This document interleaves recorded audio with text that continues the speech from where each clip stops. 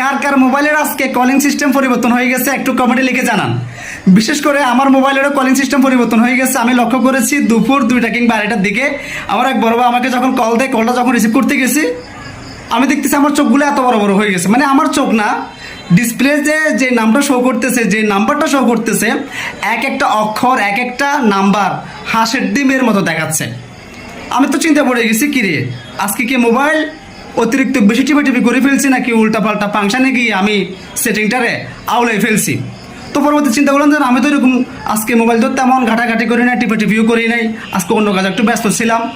তো পরবর্তীতে হঠাৎ করে মাথাটা কেমন জানি হ্যাং হয়ে যাচ্ছিল। আমি চিন্তা করেছিলাম আমার মোবাইলটা কোনো হ্যাক গেছে কিনা।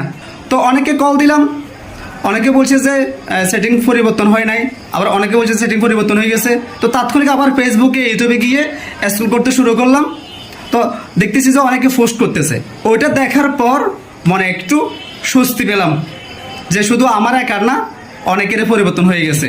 তো প্রথমে একটু নার্ভাস হয়ে গিয়েছিলাম, কারণ মোবাইল বুঝেন নাই, অনেক কিছু আছে, ফেসবুক আইডি আছে, পেজ আছে, ইউটিউব আইডি আছে, অনেক কিছু আছে। তো যার কারণে চিন্তার মধ্যে পড়ে গেছিলাম। তো পরবর্তী দেখতেছি যে না, এটা আসলে মোবাইলের একটি নতুন আপডেট হয়েছে, আপডেটের কারণে এই সিস্টেমটা এরকম দেখাচ্ছে।